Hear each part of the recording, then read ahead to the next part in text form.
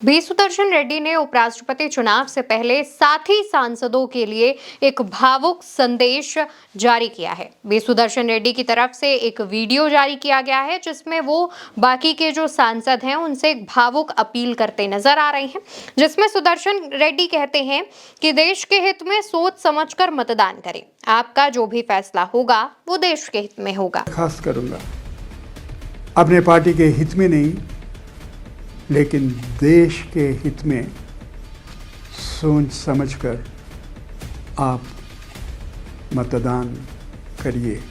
मुझे पूरा विश्वास है आप जो भी निर्णय लेंगे वो मेरे हित में और आपके हित में नहीं, लेकिन देश के हित में आपका निर्णय होगा। जो भी आपका निर्णय होगा मैं स्वीकार करने के लिए तैयार हूं।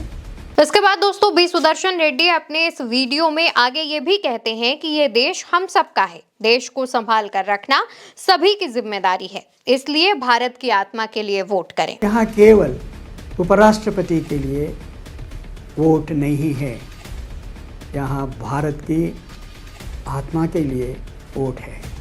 आइए हम सब मिलकर अपने गणतंत्र को मजबूत बनाएं और एक ऐसी विरासत बनाएं जिस पर आने वाली पीढ़ियां गर्व कर सके।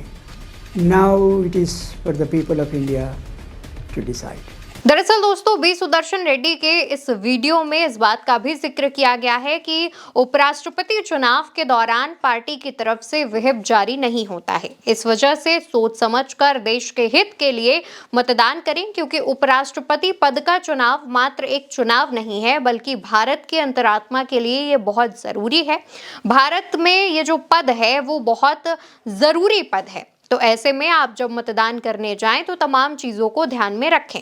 उपराष्ट्रपति चुनाव जो है वो अगले दिन 9 सितंबर को होना है। उससे पहले सभी दल अपनी अपनी तैयारियां कर रहे हैं। जहां पर एक तरफ विपक्ष का गठबंधन इंडिया गठबंधन है जो एकजुटता के साथ खड़ा नजर आ रहा है और उसको बाकी दलों का भी समर्थन मिल रहा है, तो दूसरी तरफ एनडीए है जो कि क्रॉस वोटिंग के डर में बैठा हुआ है। दरअसल दोस्तों उपराष्ट्रपति चुनाव को लेकर इंडिया गठबंधन की तरफ से सुप्रीम कोर्ट के पूर्व जज तेलंगाना से बी सुदर्शन रेड्डी को उम्मीदवार बनाया गया है। तो वहीं दूसरी तरफ एनडीए की तरफ से महाराष्ट्र के राज्यपाल सीपी राधाकृष्णन जो कि तमिलनाडु से आते हैं, उन्हें उम्मीदवार बनाया गया है। अब क्योंकि जब उपराष्ट्रपति पद को लेकर चुनाव होते हैं तो ये कोई डायरेक्ट चुनाव नहीं होते हैं, इसमें सांसद मतदान करते हैं, इसमें विधानसभा की भी कोई भूमिका नहीं रहती है।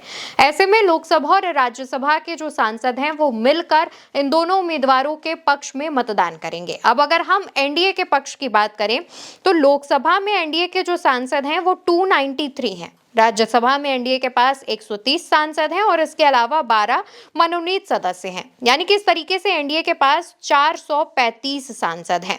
बहुमत का आंकड़ा जो है वो 392 है। चुनाव में कुल मिलाकर दोनों ही सदनों के जो सांसद हैं, लोकसभा और राज्यसभा, वो 782 हैं। 782 सांसद इसमें भाग लेंगे। इनमें से 392 जो है वो बहुमत है। बहुमत का आंकड़ा जिससे मिलेगा, बहुमत से ज्यादा जिसे वोट मिलेंगे, वो उपराष्ट्रपति चुना जाएगा। यहाँ पर एनडीए के सामने एक बड़ी टेंशन ये है कि एनडीए को ये साफ जाहिर हो गया है कि उपराष्ट्रपति के चुनाव में क्रॉस वोटिंग हो सकती है, क्योंकि ये मतदान जो है गुप्त तरीके से होते हैं। पता नहीं चलता है कि किस सांसद ने किस उम्मीदवार को वोट किया है।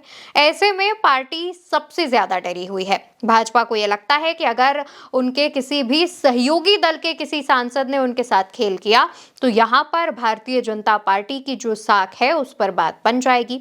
दूसरी तरफ एनडीए की तरफ से तमाम दलों को भी साधने की कोशिश की जा रही है। साउथ के भी तमाम जो सांसद हैं उनको लुभाने की कोशिश की जा रही है ताकि क्रॉस वोटिंग ना की जा सके।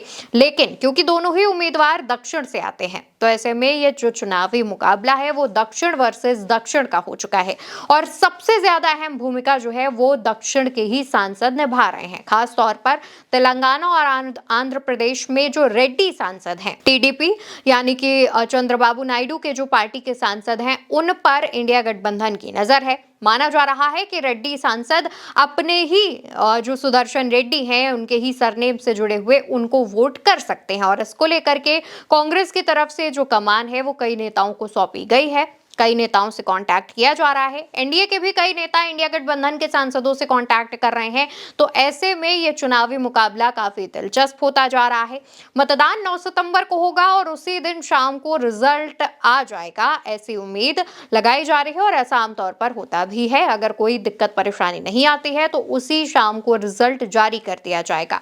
कहा तो ये भी जा रहा है कि अगर मान लीजिए एक बार को सीपी राधाकृष्णन जीत भी जाते हैं और जीत हार का जो आंकड़ा है वो सिर्फ 5 से 10 वोटों का रहा, तो ये भी भाजपा के लिए बहुत बुरी बात होगी। भाजपा की जो नाक है वो कट जाएगी।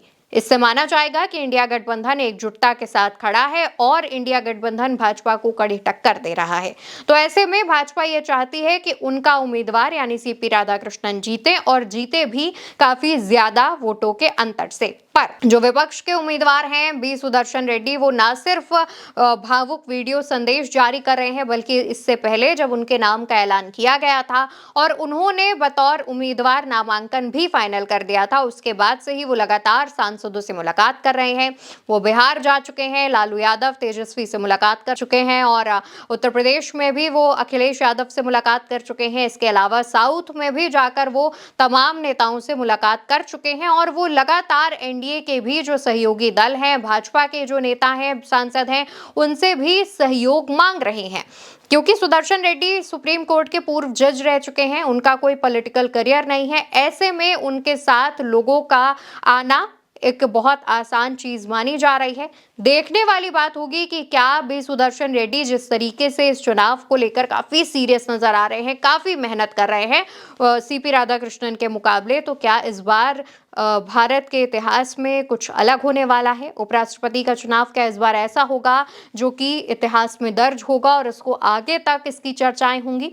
इन तमाम चीजों को लेकर के अटकलें लगाई जा रही हैं। वहीं दूसरी तरफ एनडीए की तरफ से एक बैठक का आयोजन किया गया था, जिसे बाद में आखिरी मोमेंट पर रद्द कर दिया गया, जो कि विपक्ष की ही एक रणनीति का हिस्सा बताया जा रहा है कि विपक्ष की रणनीतियों से डरते हुए भाजपा ने ये जो कदम है वो उठाया है। फिलहाल इस खबर पर उपराष्ट्रपति चुनाव को लेकर तमाम अपडेट्स पर हमारी नजर बनी हुई है। जो भी अपडेट निकलकर सामने आएगी, जो भी खबर निकलकर सामने आएगी, उल्टा चश्मा यूसी आप तक जरूर पहुंचाएगा। तब तक के लिए आप चैनल को सब्सक्राइब कर लीजिए। नमस्कार।